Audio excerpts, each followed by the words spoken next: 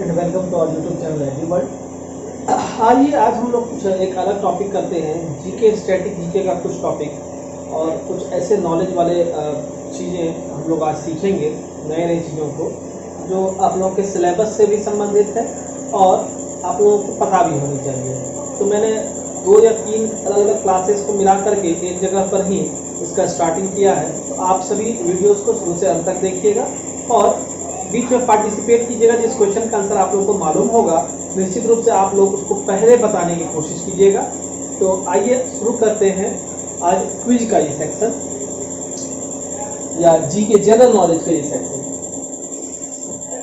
देखिए first question है, he is generally regarded as the father of Indian industry, यानी कि इनको भारतीय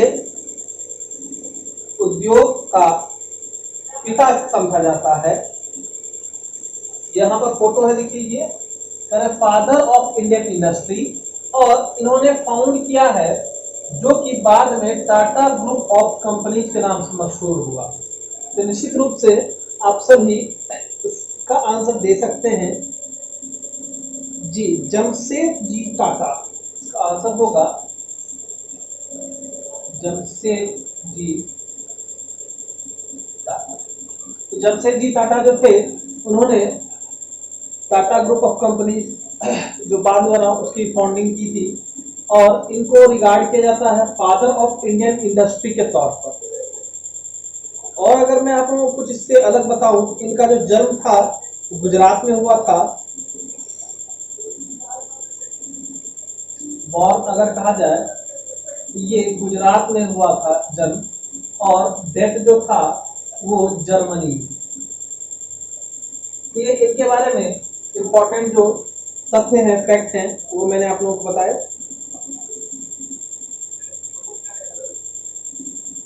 आइए इसके बाद चलते हैं नेक्स्ट क्वेश्चन पर।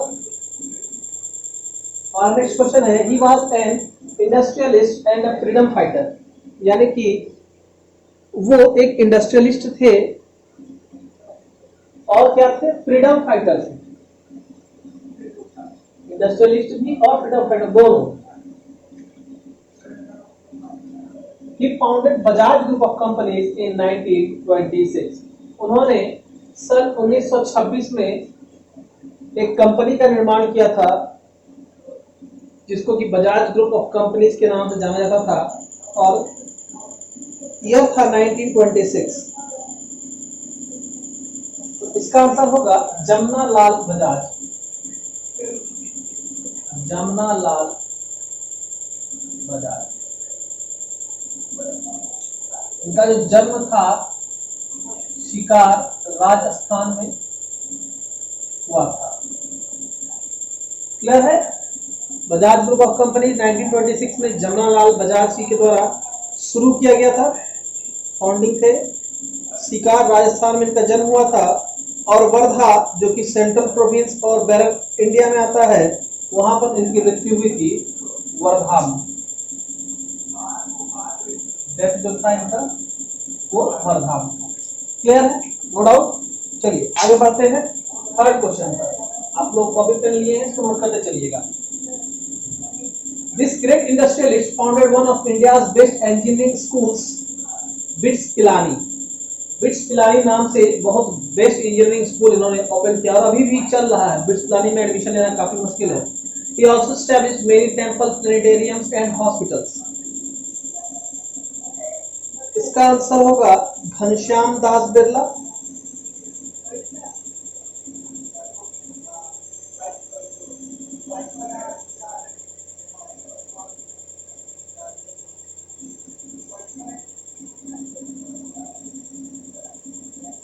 घनश्याम दास बिरला ने, जिसको जीडी बिरला के नाम से भी जाना जाता है, bits Pilani engineering school found करने में एक महत्वपूर्ण भूमिका निभाई थी। ये ग्रेट इंडस्ट्रियलिस्ट भी थे और इन्होंने बहुत सारे टेम्पल, प्लैनेटेरियम्स और हॉस्पिटल्स भी एस्टैब्लिश किए थे। इनका जन्म तो पिलानी में ही हुआ था और इनकी मृत्यु लंदन, यूनाइटेड किंगडम में हुई थी। अगर ऐसे आप जानकारी की कर सकते हैं यहाँ, बॉर्न पिलानी में और डेथ जो था वो लंदन में हुआ था यूनाइटेड किंगडम। क्लियर है? नेक्स्ट क्वेश्चन पे चलते हैं। आइए, he is a business tycoon and chairman, managing director and the largest shareholder of Reliance Industries Limited. He owns the world's most expensive house Antilia, जो कि मुंबई में है। 4 नंबर में देखिए, ये आप लोग इनको जानते हैं, इनका नाम है मुकेश अंबानी। ये सन ऑफ धीरू भाई अंबानी है, और इनके एक और भाई है जिनका नाम है अनिल अंबानी। ये रिलायंस ग्रुप ऑफ कंपनीज के चेयरमैन है। रिलायंस इंडस्ट्रीज लिमिटेड के chairman, Reliance group of chairman है मुकेश अंबानी। क्लियर हो गया? नेक्स्ट आइए, इसके बेस्ड ऑन मैं एक क्विज भी आप लोगों को करवाऊंगा निश्चित रूप से। इसमें जिसका ज्यादा नंबर आएगा उसको ग्रुप में मैं उसका नाम निश्चित रूप से पोस्ट करूंगा। He is the chairman of one of the largest software companies in India, Wipro Technologies. Wipro Technology जो है भारतीय कंपनी है, इसके ओनर चेयरमैन कौन है? और he was among the 50 richest people in the world from 2001 to 2003. 2001 ईस्वी से लेकर 2003 तक यह दुनिया के 50 सबसे अमीर व्यक्ति के लिस्ट में थे, जिसे कि फोर्ब्स मैगजीन ने जारी किया था। तो इसका आंसर होगा अजीम प्रेमजी। अजीम प्रेमजी जो है वो chairman of one of the largest software companies in the India, Wipro Technologies। ठीक है, क्लियर है? समझ में आ रहा है आप लोगों को? साइड चैट में जैसा दिख बताइए। आज तो आप लोगों को मजा आ रहा होगा। आज ना साइंस हो रहा है ना मैथ्स हो रहा है, एक नया ही सब्जेक्ट जीके चल रहा है। आप लोग पार्टिसिपेट कर सकते हैं बहुत अच्छे से। आइए, he is the founder of Infosys Technologies।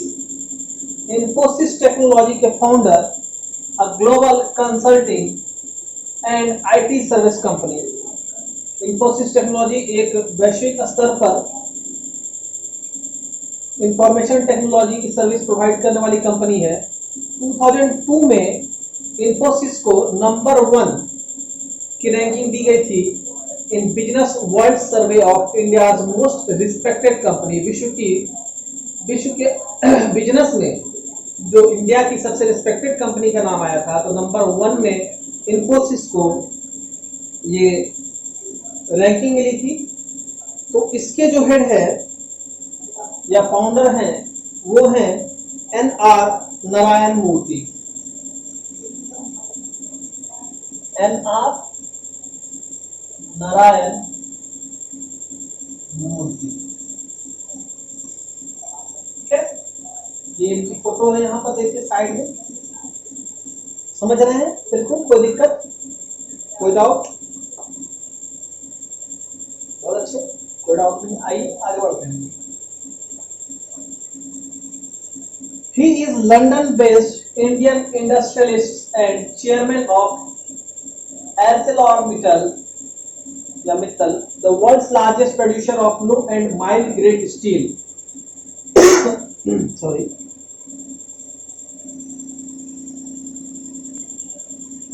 तो ये एक लंदन बेस्ड इंडियन इंडस्ट्रियलिस्ट है और चेयरमैन है किसके?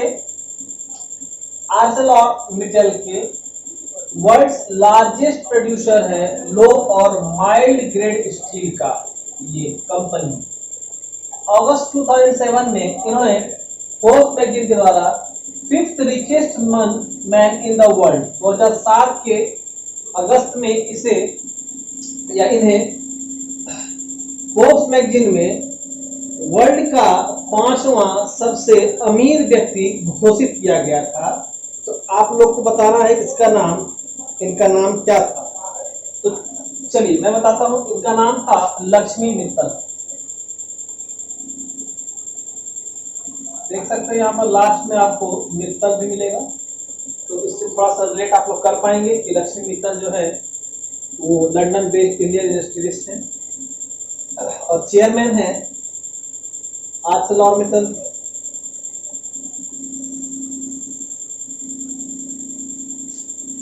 इसके बाद देखिए, he can be called the father of cellular phone revolution in India। Bharat में जो मोबाइल की क्रांति है, सेलुलर मोबाइल की क्रांति थी, उनका जो पिता है इन्हें कहा जाता है। He is the founder, chairman and managing director of Bharti group. Bharti group के ये चेयरमैन हैं, मैनेजिंग डायरेक्टर हैं और इंडिया भारत के largest GSM global subscriber module based mobile phone service provider है। तो आपको बताना है इनका नाम क्या है। इनका नाम है सुनील मित्तल।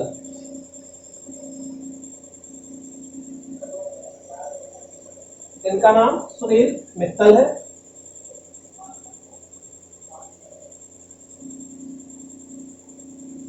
ये सबसे बड़े प्रोवाइडर है India largest GSM based mobile phone service के। क्लियर है? सुनील मित्तल भारती ग्रुप के मैनेजिंग डायरेक्टर और चेयरमैन। अब देखिए 9th क्वेश्चन है, he is an Indian media mogul, businessman, television personality, motivational speaker and philanthropist. He is a founder and managing director of media and entertainment company G Entertainment Enterprises Private Limited। G Entertainment Enterprise Limited के managing director है और ये इनकी photo है। तो आपको बताना है इनका नाम, मैं बताता हूँ, सुभाष चंद्रा। जी न्यूज पे डिबेट भी कराते हैं, अगर आप लोग चाहे तो देख सकते हैं। जी न्यूज डिबेट प्रोग्राम इनका आता है। टेंथ है, he is an Indian software engineer and internet entrepreneur known for co founding India's e commerce platform Flipkart. Flipkart की इन्होंने फाउंडिंग की थी, साथ में थे और ये इंजीनियरिंग ग्रेजुएट हैं IIT दिल्ली से। इनका नाम है सचिन बंसल। ये फोटो है इनकी, सचिन बंसल। हालांकि अब जो है ये इनकी कंपनी नहीं रही, अब इसको वॉलमार्ट ने खरीद लिया है। इसको फ्लिपकार्ट को, तो फ्लिपकार्ट अब इंडियन कंपनी नहीं है, इसको वॉलमार्ट ने खरीद लिया है, जो अमेरिकन बेस्ड कंपनी थी। तो यहाँ तक मुझे लगता है आप लोगों को कोई डाउट नहीं है, क्लियर है? कमेंट बॉक्स में आप लोग एक बार अपना नाम क्लास लिख दीजिएगा सर, तो मजा आ जाएगा। आइए इसको हम लोग बाद में करेंगे सेक्शन।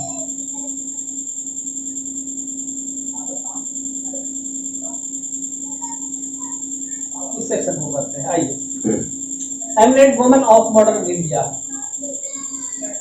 चलिए देखते हैं कि भारत में ऐसी कौन कौन सी सशक्त महिलाएं हैं जिन्होंने बहुत महत्वपूर्ण योगदान दिया है। तो सबसे पहले, the Congress leader become chief minister of Delhi for 3 consecutive terms. ये आप देख सकते हैं, फोटो यहाँ है। तो ये माननीय शीला दीक्षित जी।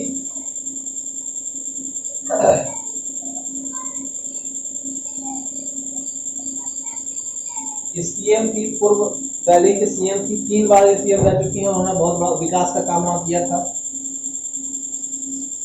इनकी देहांत हो गया इनका कुछ समय पहले। तो शीला दीक्षित जी, ठीक है। This historian of international repute declined twice the Padma Bhushan awarded by the government of India, first in 1992 and then in 2005। तो रोमिला थापर जी का नाम है। ये फोटो यहाँ है, देखिए। ये एक हिस्टोरियन है जो कि वैश्विक स्तर पर यानी कि अंतर्राष्ट्रीय स्तर पर इनका नाम है। इन्होंने 2 बार पद्म भूषण अवार्ड को लेने से इनकार कर दिया, डिक्लाइन कर दिया by the government of India को पहला तो 1992 में और दूसरा 2005 में। दोनों बार इन्होंने मना कर दिया पद्म भूषण अवार्ड को लेने से गवर्नमेंट ऑफ इंडिया, भारत की सरकार को। और ये एक हिस्टोरियन है और राष्ट्रीय नहीं अंतर्राष्ट्रीय स्तर पर इनका रेपुटेशन है। याद रखेंगे इनका नाम रोमिला थापर। थर्ड क्वेश्चन है, this social activity has fought for the right of self-employed women and formed सेवा self-employed women's association in Ahmedabad. ये एक सोशल एक्टिविस्ट हैं, इन्होंने जो अधिकार हैं ऐसी महिलाओं के जो कि स्वरोजगार में हैं उनके लिए इन्होंने आवाज उठाया और इन्होंने एक संगठन अहमदाबाद में सेल्फ एम्प्लॉयड वुमेन्स एसोसिएशन नाम से, सेवा के नाम से शुरू किया था। इनका नाम ईला भट्ट, ईला भट्ट, ठीक है। बाद में आप लोग ये मुझे लिख करके और पेन पेपर पे लिख करके और बाद में ग्रुप में मुझे सेंड करेंगे क्लास के बाद। अब इसके बाद नेक्स्ट क्वेश्चन देखिए, beside being a world famous actress she is also a social activist. ये देखिए फोटो से ही पहचान जाएंगे आप लोग। She has won the international award 5 times, 5 बार इन्हें नेशनल अवार्ड मिला है and has been the recipient of Padmashri. तो इनका नाम शबाना आजमी, शबाना आजमी इनका नाम है। ये एक वर्ल्ड फेमस एक्ट्रेस हैं, उन्होंने बहुत सारी फिल्मों में काम किया और नेशनल अवार्ड इन्होंने 5 बार जीता है, राष्ट्रीय अवार्ड। फिफ्थ क्वेश्चन आइए, at the age of 39 years के एज पर she became the youngest woman politician to be elected chief minister of Uttar Pradesh. Baspa से हैं ये, बहुजन समाजवादी पार्टी। इनका नाम है मायावती, सुश्री मायावती। इनको बहन जी के नाम से भी संबोधित किया जाता है। उत्तर प्रदेश में सक्रिय राजनीति में हैं ये और 39 इयर्स के एज में ये youngest woman politician to be elected chief minister of Uttar Pradesh थी। और अगर मैन की बात की जाए उत्तर प्रदेश में तो अखिलेश यादव 38 इयर्स की एज में चीफ मिनिस्टर बने थे उत्तर प्रदेश। सिक्स देखिए, this acclaimed film maker and actress has won 3 national film awards and 8 international film festival awards. 6 number में जो फिल्म मेकर हैं उन्होंने 3 नेशनल फिल्म अवार्ड जीते हैं और 8 इंटरनेशनल फिल्म फेस्टिवल अवार्ड्स को जीता है। यहाँ पर देखिए फोटो यहाँ पर है इसका, ये वाला फोटो है। इनका नाम है अपर्णा सेन।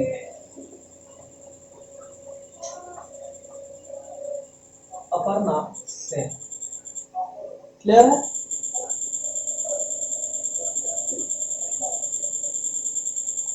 आइए इसके बाद देखते हैं, this famous author, journalist and TV personality has been chief editor of the Hindi daily Hindustan 7। ये देखिए, ये फेमस ऑथर हैं, ये जर्नलिस्ट हैं और टीवी पर्सनालिटी है। ये इनको हिंदी डेली हिंदुस्तान का चीफ एडिटर भी बनाया गया था। इनको इस तौर पर भी जाना जाता है। इनका नाम मृणाल पांडे है।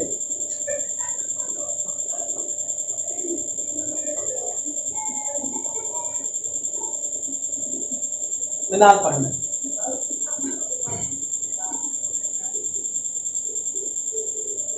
आइए इसके बाद 8 नंबर क्वेश्चन है, she is a well known singer of Hindustani classical music. यहाँ शुभा मुद्गल।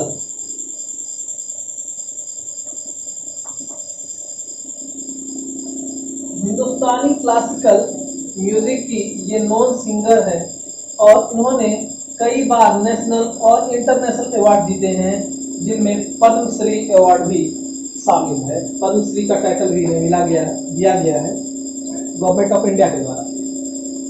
तो यहाँ तक हम लोगों ने बहुत सारे नाम के बारे में देखे, बहुत सारे फेमस पर्सनैलिटीज को देखा। आइए इसके बाद देखते हैं। She is a famous TV journalist whose reporting of the Kargil conflict in 1999, ये फोटो है यहाँ पर, 1999 में जो कारगिल युद्ध हुआ था उसमें कारगिल कॉन्फ्लिक्ट में ये रिपोर्टिंग की थी इन्होंने। ये फेमस टीवी जर्नलिस्ट है। और 2004 में जो सुनामी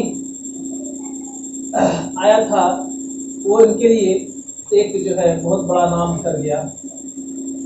तो इनका नाम है बरखा दत्ता। फिलहाल ये अभी अपना एक चैनल यूट्यूब पे चला रही है।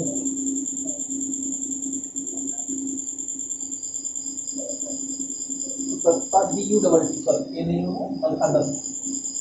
देन देखिए, she is a business woman and founder of the biotech company Biocon. Biocon एक बायोटेक्नोलॉजी कंपनी है, इसकी फाउंडर और बिजनेस वुमन है ये।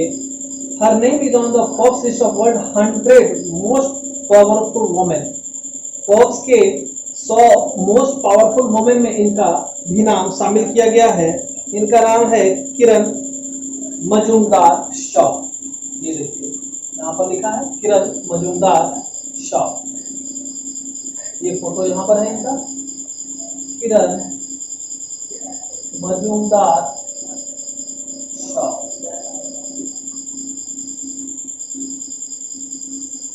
ये वुमेन्स के बारे में हो गया। तो देखिए यहाँ तक हम लोग का 6, 7 दोनों कंप्लीट हो गया या 8, 7 कंप्लीट हो गया। मैं ये नहीं कह सकता हूँ कौन किस क्लास का था, बट हाँ दोनों कंप्लीट हो गया। आइए एक और करते हैं क्लास का, या 6 हो या 8 हो, जो भी क्लास, उससे कोई मतलब नहीं है। वो जानना आप लोग को जीके का जानकारी होना चाहिए, जनरल नॉलेज की जानकारी होनी ही चाहिए। आइए ये बच्चों का खेल है थोड़ा सा, इसको हम लोग आगे के लिए छोड़ देते हैं, बाहर नहीं किया जाए।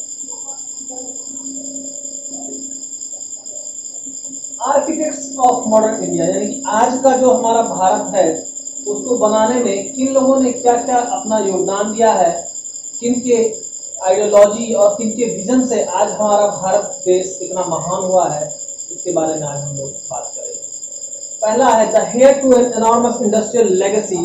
He was the man whose vision and effort put India on the air map and resulted in the formation of Air India and Indian Airlines. तो ये जो थे JRD टाटा साहब थे,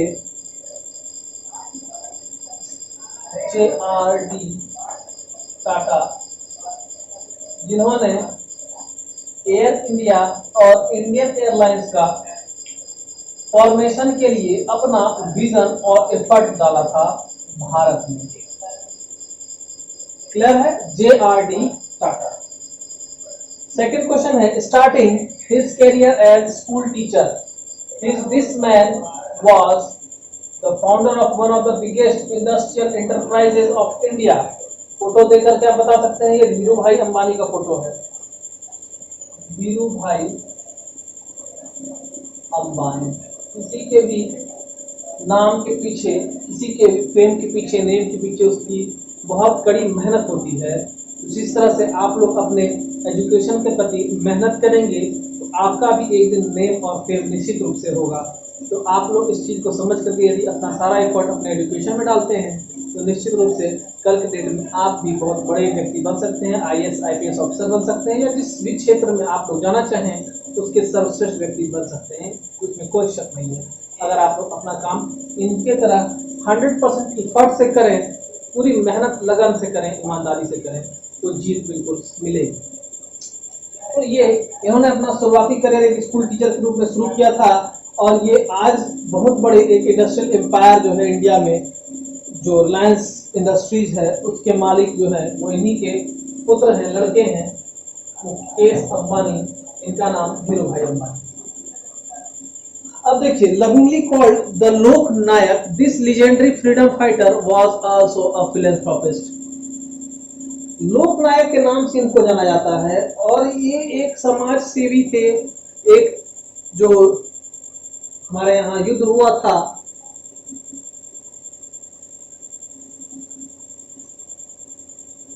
इस समय अंग्रेज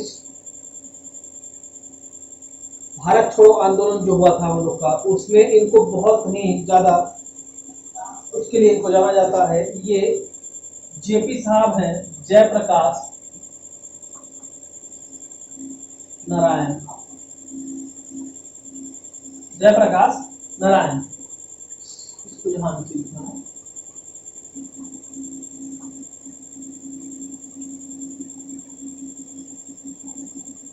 ये legendary freedom fighter and philanthropist, और इनको प्यार से लोग लोक नायक के नाम जानते थे। इनके बारे में कुछ महत्वपूर्ण बातें मैं आप लोगों को बताता हूँ। ये जो है क्विट इंडिया मूवमेंट के हीरो कहलाते हैं, भारत छोड़ो आंदोलन के हीरो इन्हें कहा जाता है, और इनको भारत रत्न से सम्मानित किया गया है। Magsaysay award for public services 1965 में इनको दिया गया था, और इनकी जो बायोग्राफी है वो राम वृक्ष बेरीपुरी द्वारा लिखी गई है। ये बहुत इंपॉर्टेंट कुछ फैक्ट्स थे जो कि मैंने आपको इनके बारे में बताया है। अब देखिए, मैग्सेसे अवार्ड क्या है, अगर आप लोगों को आइडिया नहीं तो मैं बताता हूँ। मैग्सेसे अवार्ड जो है एशिया का नोबेल प्राइज के नाम से जाना जाता है। अभी हाल ही में जर्नलिस्ट जो हमारे रवीश कुमार हैं उनको रेमन मैग्सेसे अवार्ड दिया गया था। ये एशिया का नोबेल इसे कहा जाता है, एशिया का नोबेल प्राइज। फोर्थ में है, this Magsaysay award winner was the father of the white revolution. दूध की जो दूध और एग्रीकल्चर डिपार्टमेंट जो पानी था उसमें इन्होंने बहुत बड़ा काम किया था। His Operation Flood and Amul changed the lives of cattle farmers forever। इनका जो ऑपरेशन फ्लड था और अमूल था, यह जो है जो ऐसे किसान थे जो कि कैटल्स अपने पास रखते हैं, उनकी लाइफ में बहुत बड़ा चेंज लाया था। इनका नाम था डॉक्टर वर्गीश कुरियन।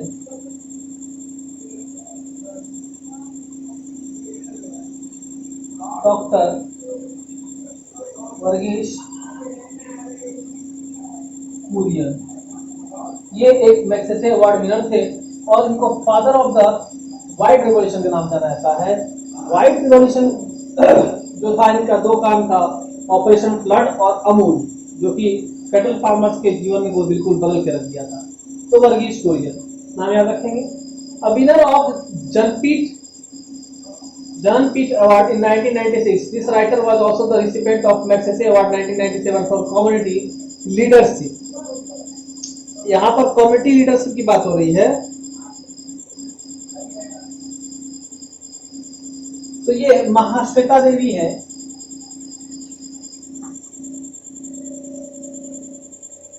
महाश्वेता देवी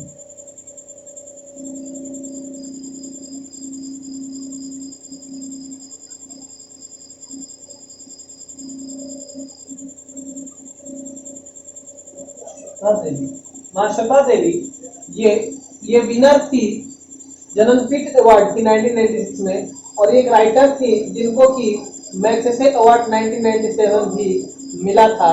इसलिए कम्युनिटी लीडरशिप के लिए, यानी एक कम्युनिटी को ये नेतृत्व करके आगे लेकर आई थी, इसके लिए इन्हें मैग्सेसे अवार्ड 1997 से नवाजा गया था। तो ये थी महाश्वेता देवी। 7 में आइए, 7 नंबर क्वेश्चन है, सॉरी 6 में बचा हुआ है, 6 आते हैं। It was the vision of this great scientist that led to India starting a nuclear program। सभी आप लोग जानते हैं होमी जे भाभा हमारे इंडिया के न्यूक्लियर प्रोग्राम के सबसे, कहा जाए कि इनका विजन जो था वो इनको बहुत ही महान बना दिया। जो हमारे आज भारत जो है न्यूक्लियर पावर संपन्न राष्ट्र है, तो इन्हीं के किए गए अथक प्रयासों के द्वारा है। जो इनका विजन था वो हमें आज यहाँ पर लेकर आया है। As the chairperson of Indian National Committee for Space Research, the spearhead India's space quest by setting up the Tumba launching station।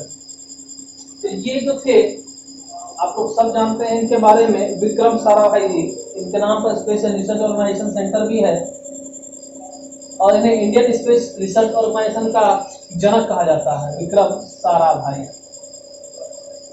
ये चेयरपर्सन थे इंडियन नेशनल कमेटी के, जो कि रिसर्च, स्पेस रिसर्च के था। अभी जैसे मार्स मिशन हुआ था, मून मिशन हुआ था, तो इसमें जो हमारा देश आज इतना आगे बढ़ गया, इतना तरक्की करके और एक बार में ही हम लोग जो है मार्स पर अपना मंगलयान भेज दिए, चंद्रयान 1 चंद्रयान 2 भेजे। तो इसमें कहीं ना कहीं इनकी सोच जो है बहुत ज़्यादा थी, विक्रम साराभाई जी की ये विजन था, इनका ये विजन था, इनकी ये सोच थी कि भारत भी इंडियन स्पेस के टर्म्स में, इंडियन स्पेस के क्षेत्र में बहुत ही आगे वैश्विक स्तर पर आगे बढ़ सकता है, स्पेस रिसर्च में बहुत आगे जा सकता है। तो कहीं ना कहीं इनको बिल्कुल ही क्रेडिट दिया जाता है और देना भी चाहिए, क्योंकि इन्होंने यही भारत के स्पेस रिसर्च ऑर्गेनाइजेशन के जनक माने जाते हैं। Debuting at 16, he went to become one of the greatest cricketer of all time. He changed the way the India look at sports. आप लोग फोटो देख करके ही समझ गए होंगे, सचिन रमेश तेंदुलकर 16 साल की एज में सबसे पहले इन्होंने क्रिकेट खेला था। और जहां तक मुझे याद है इनकी जो ओपनिंग थी, तो ये और नवजोत सिंह सिद्धू ये दोनों पार्टनरशिप करके सबसे पहले, जबकि Waqar Younis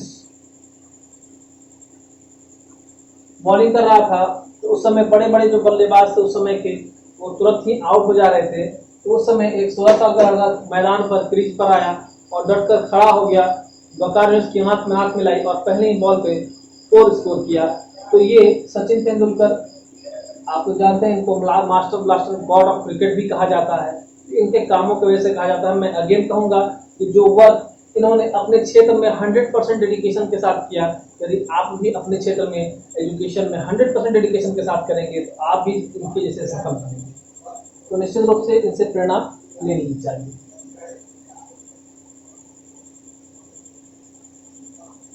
When she qualified for the final of the Olympic 400-meter women's race, this woman inspired a generation of Indians to take up sports seriously. ये देखिए पीटी उषा, धावक एथलीट, ये फाइनल में आई थी ओलंपिक 400 मीटर वुमेन्स रेस के। तो इनको जो है देख करके बहुत सारी जो एथलीट थे वो प्रभावित हुए थे, बहुत सारे जनरल जो कॉमन मैन है वो भी प्रभावित हुए थे इससे, वुमेन्स प्रभावित हुई थी और स्पोर्ट्स को तब से बहुत ज़्यादा ही सीरियसली लेना शुरू हो गया था। तो ये दोनों ही सचिन तेंदुलकर और पीटी उषा दोनों ही इन्होंने बहुत ज़्यादा अपने क्षेत्र में मेहनत करके और स्पोर्ट्स को एक नई दिशा प्रदान की। Known as the angry young man, this legendary actor has won the title of the Star of the Millennium and has changed the way the Indian film industry worked.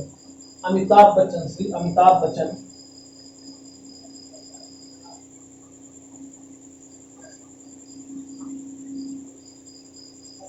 Amitabh Bachchan ji जो हैं इन्होंने एक लेजेंडरी एक्टर है। हम लोग की generation ने भी इसको देखा है और आप लोगों की जनरेशन ने भी इन्हें काम करते हुए देखा है, और हमारे पिताजी की जनरेशन ने भी इन्हें काम करते देखा है, हमारे दादाजी की जनरेशन ने भी इन्हें काम करते हुए देखा है, और ये सबके चहेते हैं। तो ये श्री अमिताभ बच्चन जी अपने आप में एक बहुत बड़े पावरफुल व्यक्ति भी हैं, स्पीकर भी हैं, और तो पर्दे पर जो ये काम करते हैं ये काम हमें दिखाई देता है, तो हम लोग इनको प्यार करते हैं। तो इस तरह से आज का जो सेशन है जीके का वो यहीं पर समाप्त होता है। आप लोग इसको एक कॉपी में नोट करके निश्चित रूप से व्हाट्सएप पर उसको आप सेंड करेंगे क्वेश्चन और आंसर के साथ में, और इसको आप याद भी कर लेंगे, क्योंकि 2 दिन के अंदर ही मैं फिर से एक क्विज ऑर्गेनाइज करूंगा, मे बी कल या परसों एक क्विज ऑर्गेनाइज कराऊंगा जिसमें 20 क्वेश्चन के आसपास होंगे, और आप लोगों को उस क्विज में हिस्सा लेना है। जिसके अधिक मार्क्स होंगे, जो स्कोरर टॉप स्कोरर होंगे, उनके नाम को निश्चित रूप से मैं ग्रुप में खुद से पब्लिश करूंगा, सेंड करूंगा और उनको अप्रिशिएट भी जरूर करूंगा। तो ठीक है, आज हम लोग इस सेशन को यही समाप्त करते हैं, फिर मिलते हैं नेक्स्ट। हो सकता है कोई नया सब्जेक्ट लेकर के, या हो सकता है पुराने सब्जेक्ट के जो चैप्टर चल रहे हैं उनको कंटिन्यू करके। तो आप लोग कमेंट सेक्शन में जरूर बताइए कि आज का सेशन आप लोगों को कैसा लगा। अगर अच्छा लगा तो निश्चित रूप से लाइक बटन प्रेस कर दीजिए, और फिर मिलते हैं। Till then good bye.